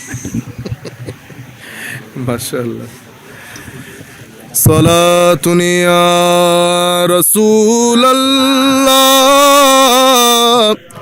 আলাইকুম সালামুন ইয়া হাবিবাল্লাহ আলাইকুম সালাতুন ইয়া রাসূলুল্লাহ আলাইকুম সালামুন ইয়া হাবিবাল্লাহ আলাইকুম।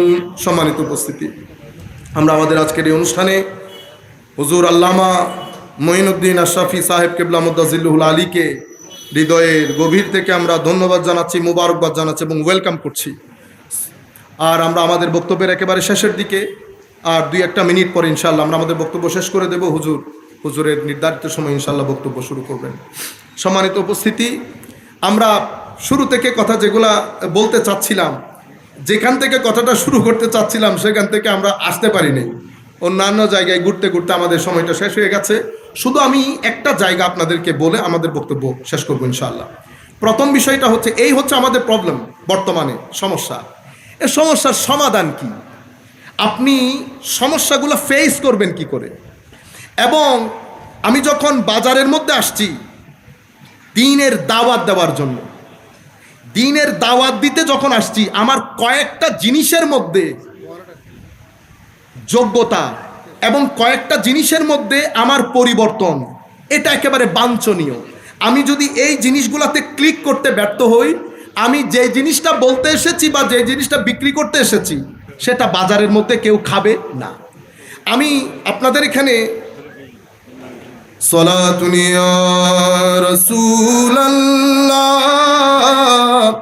আলাইকুম সালামুন ইয়া হাবিবাল্লাহ আলাইকুম দিল হ্যায় वो दिल जो तेरे यादों से मामूर रहा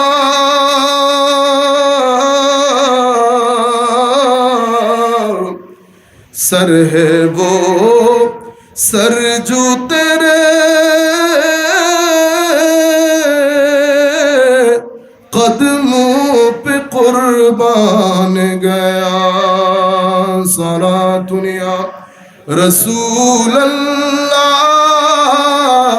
अलैकुम सलामुन या হাবিবাল্লাহ আলাইকুম। আমি মূল প্রবলেমটা শুধু তুলে ধরেছিলাম। আমাদের বর্তমান প্রজন্ম কোন সমস্যার মধ্যে আছে সেটা বোঝানোর জন্য। সমস্যা যদি আমরা মেইনলি একেবারে প্রাথমিকভাবে বিচার করি, সমস্যা তিন কেন্দ্রিক। একটা হচ্ছে তার আইডিওলজিক্যাল, আকাইদি, কারণ আকাইদি প্রবলেম। এখানে তার 10 জন 10 ধরনের কথা বলছে, এবং 10 জন যেই প্ল্যাটফর্মগুলো ইউজ করছে সেই প্ল্যাটফর্মগুলো অনেক ইনফ্লুয়েন্সিয়াল এবং সেই প্ল্যাটফর্মগুলো অনেক শক্তিশালী।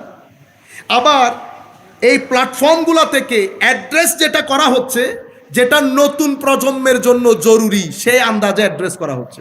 কি জরুরি নতুন প্রজন্মের জন্য?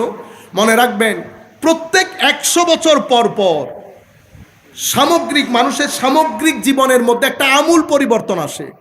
পরিবর্তনটা এমন হয়ে যায় যে 100 বছর আগের জিনিসকে মানুষ খেলনা মনে করে, ব্যাকওয়ার্ড মনে করে।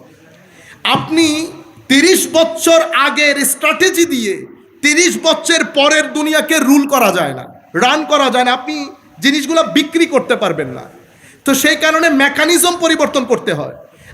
আমি যদি মেকানিজম পরিবর্তন করতে ব্যর্থ হই, তাইলে আমি মূল জিনিস নিয়ে ঘোরাফেরা করব, কেউ আইফোন আমার থেকে খরিদ করবে না। আমি যতই বলি এটা আইফোন, মানুষ তো আর আইফোন ছিল না। আমার পাশে একজনের সিম্ফনি বিক্রি করে কিন্তু চলে গেছে, আমি আইফোনটাই বিক্রি করতে পারি নাই। কেন? আইফোন কি, কিভাবে কাজ করে, কোনো কিছু আমার মাথায় নাই। যাই হোক, সম্মানিত উপস্থিতি, এই মুহূর্তে এই যে 3 ধরনের সমস্যা, একটা আইডিওলজিক্যাল, একটা আখলাকি একটা ডিগ্রেডেশন হচ্ছে, মোরাল ডিগ্রেডেশন। এটা আমার ছেলে, আমার ভাই, আমার বোন সবাই এটার শিকার। কেন?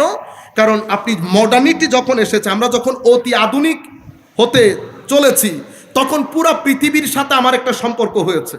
সম্পর্ক হওয়ার কারণে পৃথিবীর মধ্যে চরিত্র নষ্টকারী যে ভাইরাসগুলো আছে সেগুলো আমাকেও এফেক্ট করেছে, আমার ছেলেকেও এফেক্ট করেছে। প্রবলেম দুইটা। তৃতীয় নম্বরের প্রবলেম যেটা, সেটা হচ্ছে ম্যাটেরিয়ালিস্টিক দর্শন। অর্থাৎ আমার এখানে ধর্ম দিয়ে কি করব?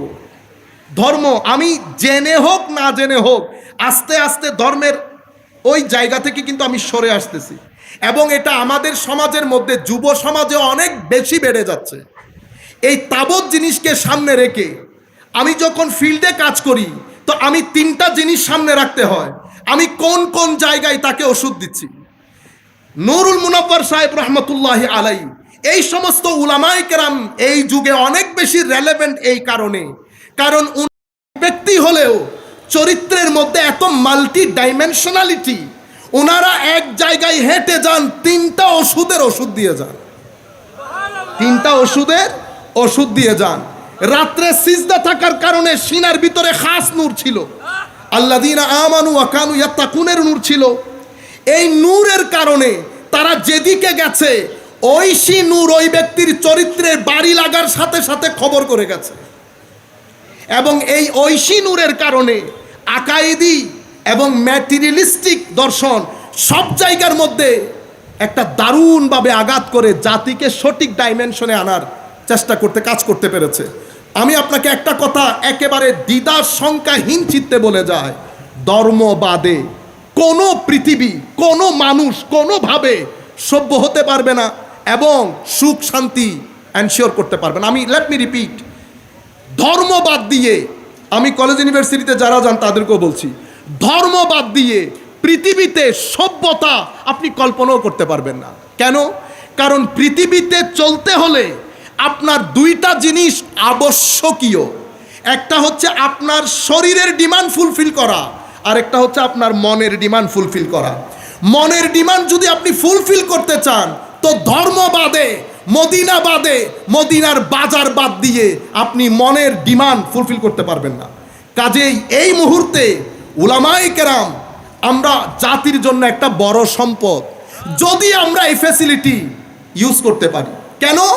কারণ ফ্রাস্ট্রেশন এবং ডিপ্রেশন বর্তমান জাতি পৃথিবীর আনাচে কানাচে সমগ্র মানুষের জন্য করোনার চেয়েও ভয়াবহ হচ্ছে ডিপ্রেশন এবং ফ্রাস্ট্রেশন। এই জায়গা থেকে বাঁচাতে পারবে তারা যাদের ভিতরে এলমও আছে, তরবিয়তও আছে, যাদের ভিতরে রাতের সিজদা আছে, নবী পাকের সুন্নতের অনুকরণ আছে, ভদ্রতা আছে, নম্রতা আছে, সত্যিকার অর্থে সুফিয়ানা মেজাজ আছে। আমরা সুফিদের কথা বলি কিন্তু সেই মেজাজ লালন করি না। আমরা সুফিদের বড় বড় কারামাতের কথা বলি কিন্তু আমার মজলিসে আপনি 1 ঘন্টা বসেছেন, আপনার ব্যক্তি জীবনের মধ্যে যদি বিন্দু পরিমাণ পরিবর্তন না আসে, বুঝতে হবে প্রবলেম আপনার না, প্রবলেম আমার। আমি ওই সোহবত আপনাকে দিতে পারি নাই। আমি আখেরি কথা শুধু আপনাদেরকে বলবো, আমার আল্লাহ বলছেন উদউ ইলা সাবিলে রাব্বিকা বিল হিকমা ওয়াল মাউইজাতিল হাসানা ওয়াজাদিলহুম বিল্লাতি হিয়া আহসান। এটা আমাদের জবান হওয়া উচিত। কেন? কারণ আমি এই মাইক ইউজ করছি, আমাকে 4-5টা মোবাইল ধরেছেন, আপনি জানেন না হয়তো। আমি এখানে প্রোগ্রাম করছি, এখানে হয়তো মানুষ হয়েছে 150-200, কিন্তু আমি ঘরে যাইতে যাইতে না যাইতে মিনিমাম 50 থেকে 75 হাজার লোক এই স্পিচ শুনবেন। যারা শুনতেছেন কেউ আমেরিকার কোণে বসে আছেন, কেউ স্ক্যান্ডিনেভিয়ান কান্ট্রির কোণে বসে আছেন। সুতরাং আপনার মাধ্যমে 2টা জিনিস হবে, হয় দিন উপরে যাবে নতুবা নিচে যাবে, 2টা থেকে একটা। হয় আমার নবীর শান শৌকত মান মর্যাদা মকাম, আমার নবীর তালিমাত সোসাইটির মানুষের মধ্যে একটা রেভলিউশন তৈরি করবে, অথবা মানুষের মধ্যে হেট্রেড তৈরি করবে। ডিপেন্ড করছে আপনার জবানের উপর। সেই কারণে জবান কোনটা ইউজ করব, আমার আল্লাহ বলছেন হিকমত, উদু ইলা সাবিলে রাব্বিকা বিল হিকমা, উইথ ফুল অফ উইজডম। আপনি আমার এখান থেকে চলে যান, কোনো অসুবিধা নাই, কিন্তু 2টা জিনিস আপনাকে ঘুমাইতে দেবে না। একটা হচ্ছে যিনি আহ্বান করেছেন দ্বীনের দিকে, ওনার ব্যক্তিত্ব, আর একটা হচ্ছে ওনার জ্ঞান। এই 2টা জিনিস আপনাকে শুইতে দেবে না। আমার নবীর মজলিসে বসেছে, দারুল আরকামের বৈঠকের মধ্যে অনেক লোক এসেছে, কেউ এসেছে, কেউ শুনতে এসেছে, কেউ দেখতে এসেছে। আমার নবী কাউকে কখনো স্টপ করেন নাই, লেট দেম কাম, আসতে দেন। কেন? কারণ আমার নবী জানেন ব্যক্তিত্বের তাসির যেখানে পড়বে রেভলিউশন তৈরি হবে। মাসআব ইবনে উমাইরের মতো ব্যক্তি আমার নবীর ওই ইনফ্লুয়েন্স থেকে বাঁচতে পারে নাই। যখন বলছে না হুজুর মাসআব আসছে, আসতে দেন, সেই মুসাব ইবনে উমাইর, মক্কার জমিনের বিল গেটসের ছেলে বলা হতো মুসাব ইবনে উমাইরকে, সেই ব্যক্তিও আমার নবী সাল্লাল্লাহু আলাইহি ওয়াসাল্লামের সুহবতে বসছে। উদু ইলা সাবি, হিকমতের ইনফ্লুয়েন্স, স্ট্রেংথ এত বেশি, ওয়াল মাউইজাতিল হাসানা, এবং মানুষকে সুন্দর গঠনমূলক মোটিভেশন দিয়ে মানুষকে দ্বীনের পথে ডাকবেন। সব জায়গার মধ্যে হাসানা শব্দটা আছে, হোসন। এরপরে ওয়াজাদিলহুম বিল্লাতি হিয়া আহসান, এখানেও হোসন। যদি কখনো ডিবেট করতে হয় কারো সাথে, বাদ বিতণ্ডা কথাবার্তার মাধ্যমে যদি লজিক রেশনাল বেসমেন্ট অ্যাপ্লাই করতে হয়, তুমি ও কি কথা বলছে ওদিকে ব্রুকক্যাপ করিও না, তোমারটা তুমি মেনটেন করবা। আমারটা কি ধরনের হইতে হবে? তোমারটা যেন সবচেয়ে উত্তম পন্থায়, তোমার জাস্ট লজিকটা যেন চলে যায়। কেন? কারণ তোমাকে ফোর্স করার জন্য বানানো হয় নাই। তুমি ফোর্স করে কারো আইডিওলজি পরিবর্তন করতে পারবে না। তো কেন করা হয়েছে? তোমার দায়িত্ব শুধুমাত্র যৌক্তিক মোটিভেশন, আখলাক, স্পিরিচুয়াল অ্যাপ্লিকেশন, এই 2টার মাধ্যমে তাকে কনভিন্স করার জন্য বলা হয়েছে। এই আয়াতের পরে আমার আল্লাহ বলছেন ওয়াদাদিলহুম বিল্লাতি আহসান ইন্না রাব্বাকা হুয়া আ'লামু বিমান দাল্লা আন সাবিলিহি ওয়া হুয়া আ'লামু বিল মুহতাদিন।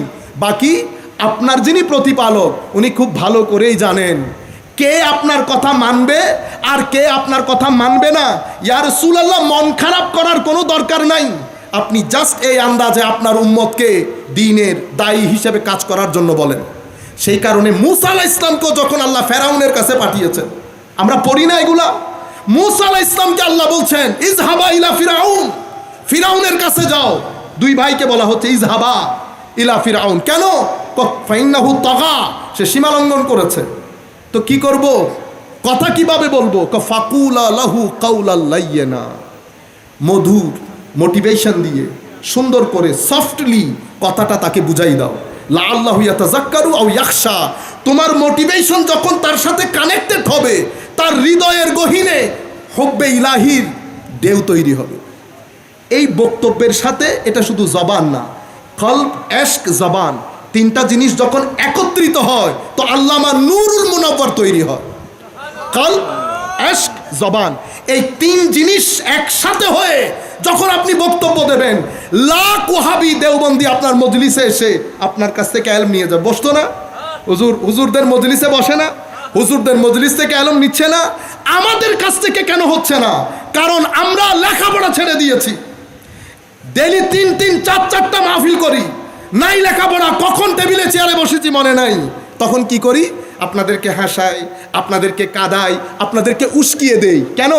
আর হাসুয়া মাল মিটাই তাইলে না ওটা হতা হইউ, মাল মিটাই নতাইলে সময়ে নাতে অতিবাহিত করণ ফুরিব। জিম্মাদারি কিন্তু অনেক বড়। জাতিকে এখন 3 জায়গা থেকে রক্ষা করতে হচ্ছে, এটা আমাদের জিম্মাদারি। মাওলাই করিম আমাদেরকে হুজুরের ফুয়ুজাত দিয়ে ধন্য করুন। আপনারা যারা এতক্ষণ পর্যন্ত আমাদের বক্তব্য শুনছিলেন, আপনাদেরকে ধন্যবাদ জানাচ্ছি, আপনাদের কৃতজ্ঞতা প্রকাশ করছি। হুজুরে এসে বসে আছেন, হুজুরের প্রতিও সম্মান প্রদর্শন করে, বিশেষ করে অত্র এলাকার উপজেলা চেয়ারম্যান সাহেব উনিও বসে আছেন। সকলের প্রতি হুজুরের ভাইজান এবং উলামায়ে কেরাম সকলের প্রতি শ্রদ্ধা প্রদর্শন করে আমরা আমাদের বক্তব্য এখানে শেষ করছি। ওয়াখির দাওয়ানা আলহামদুলিল্লাহি রাব্বিল আলামিন। আসসালামু আলাইকুম ওয়া রাহমাতুল্লাহি তাআলা ওয়া বারাকাতুহু।